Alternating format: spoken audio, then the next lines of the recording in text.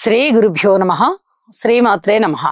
మా భక్తి టీవీని ప్రోత్సహిస్తున్నటువంటి మా ప్రేక్షకులందరికీ ధన్యవాదాలు తెలియజేస్తూ 20 ఏప్రిల్ నుంచి 26 ఏప్రిల్ వరకు గల కాలానికి రాశి ఫలితాలు తెలియచెప్పుకుందాం.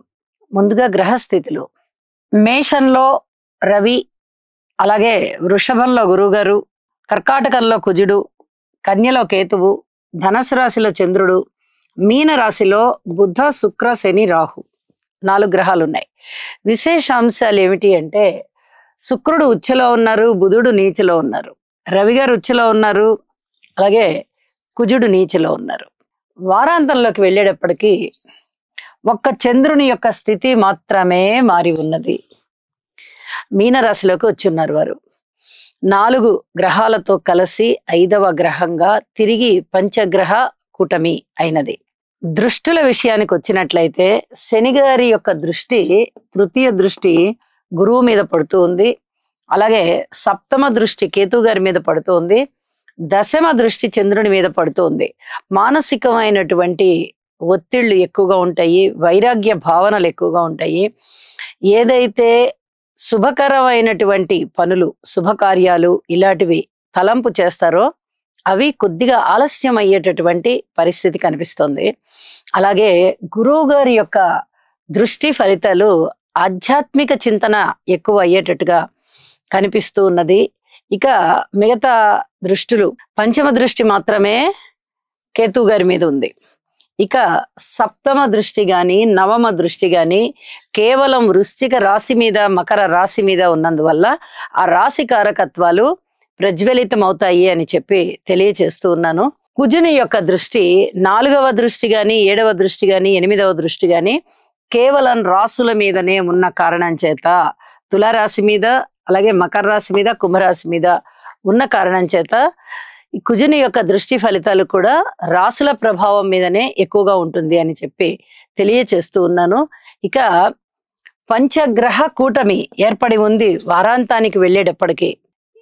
ఈ పరిస్థితి చాలా రేర్గా ఏర్పడుతూ ఉంటుంది. అయితే వీటికి రాశితో సంబంధం లేకుండా, నక్షత్రంతో సంబంధం లేకుండా ప్రతి వారు కూడా నవగ్రహ స్తోత్ర పారాయణాలు చేసుకోవడం అనేది చాలా చాలా ప్రశాంతమైన జీవితానికి దారి తీస్తుంది అని చెప్పి తెలియజేస్తూ ఇక రాశుల్లోకి వెళ్దాము. కుంభరాశి వారికి చాలా అద్భుతమైన కాలం ఇప్పుడు వచ్చింది అని చెప్పి తెలియజెప్పడం జరుగుతోంది. 5 గ్రహాల యొక్క ఉనికి చాలా ఉత్తమోత్తమైన ఫలితాలను ఇస్తుంది. ద్వితీయ స్థానంలో శుక్ర బుధులు బాగున్నారు, తృతీయ స్థానంలో రవి గారు బాగున్నారు, షష్ఠ స్థానంలో కుజుడు బాగున్నాడు, ఏకాదశంలో చంద్రుడు బాగున్నారు. అంటే మీకు బాగా మంచిగా రుణాలు దొరుకుతున్నాయి, పాత రుణాలు తీర్చగలుగుతున్నారు, స్థాన చలనానికి అవకాశం ఉంది. మీరు ఏదైనా ప్రయాణాలు అనుకున్నప్పుడు ఖచ్చితంగా ఆ ప్రయాణాలు చేయగలుగుతున్నారు. విలువైన ఆభరణాలు కొనుగోలు చేయగలగాలి అంటే కొనుగోలు చేయగలుగుతున్నారు. వస్త్ర లాభాలు ఉన్నాయి, వస్తు లాభాలు ఉన్నాయి, ధన లాభాలు ఉన్నాయి. అలాగే ఆభరణాలకి సంబంధించి కూడా, వెండి, బంగారు, లోహాలకు సంబంధించి కూడా చక్కటి లాభాలు ఉన్నాయి అని చెప్పి తెలియజెప్పడం జరుగుతోంది. అలాగే రుణభారాల విషయంలో ఊహించని విధంగా మీకు రుణము దొరుకుతుంది. పాతవి వసూలు అవడం అనేది, మీరు కష్టపడుతున్నారు, అవి వచ్చేస్తున్నాయి. కానీ మీరు ఇప్పుడు ఏదైనా కొత్తగా ఏమైనా పనులు చేయాలనుకుంటే పెద్ద మొత్తంలో రుణం దొరుకుతుంది. చూసుకుని ఆ రుణాన్ని మీరు వినియోగం చేసుకోండి. అసలు ఆ పెద్ద మొత్తంలో కావాలా వద్దా నిర్ణయించుకోండి. ఇది చాలా చాలా చెప్పదగినటువంటి సూచనగా తెలియజేస్తూ ఉన్నాను. అలాగే అన్నదమ్ముల సహాయ సహకారం చాలా అద్భుతంగా ఉంది.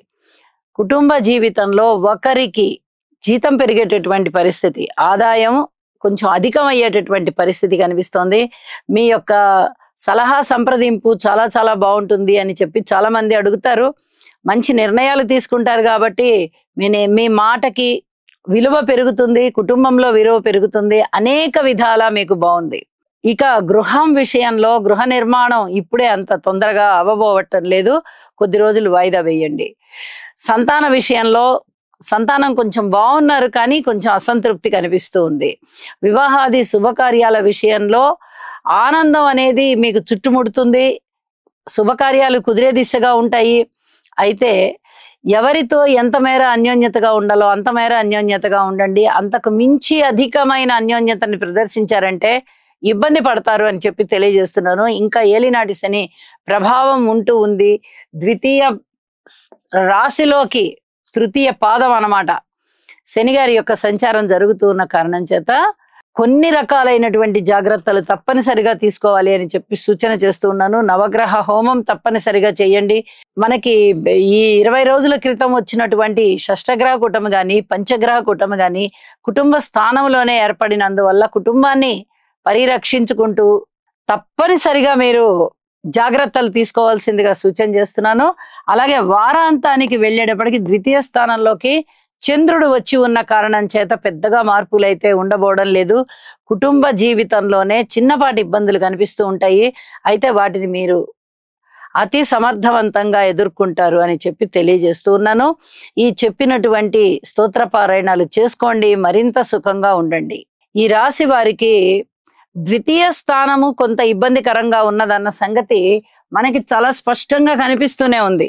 శని రాహుల కలయిక అక్కడే జరుగుతోంది, బుధ శుక్రుల కలయిక అక్కడే జరుగుతోంది, శని బుధుల కలయిక, శుక్ర రాహుల కలయిక. స్త్రీలతో చాలా ఇబ్బందులు ఉంటాయి. ఇది చాలా చెప్పదగినటువంటి సూచనగా తెలియచేస్తూ ఉన్నాను. అలాగే పితృవర్గ రీత్యా కూడా చిన్నపాటి ఇబ్బందులు ఉంటూ ఉంటాయి. ఎప్పుడైనా ఒక స్థానము కొంచెం శుభాశుభ మిశ్రమంగా ఉంది అన్నప్పుడు తప్పనిసరిగా యోగా చేసి ఆ స్థానాన్ని మంచిగా సంయమనం చేసుకోవాల్సిందిగా సూచన చేస్తున్నాను.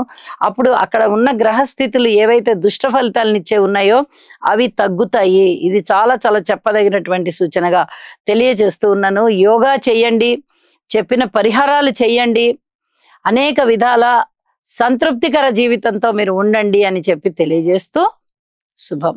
శుక్రగ్రహం యొక్క అనుకూలత కొరకు హిమకుంద మృణాళాభం దైత్యానాం పరమం గురుం సర్వశాస్త్ర ప్రవక్తారం భాగం ప్రణమామ్యహం.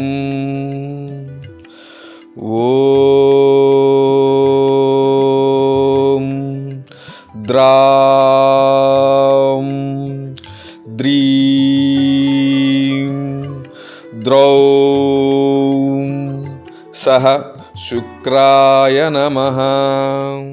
శుక్రగ్రహం యొక్క అనుకూలత కొరకు హిమకుంద మృణాళాభం దైత్యానాం పరమం గురుం సర్వశాస్త్ర ప్రవక్తారం భాగం ప్రణమామ్యహం. ఓం ద్రాం ద్రీం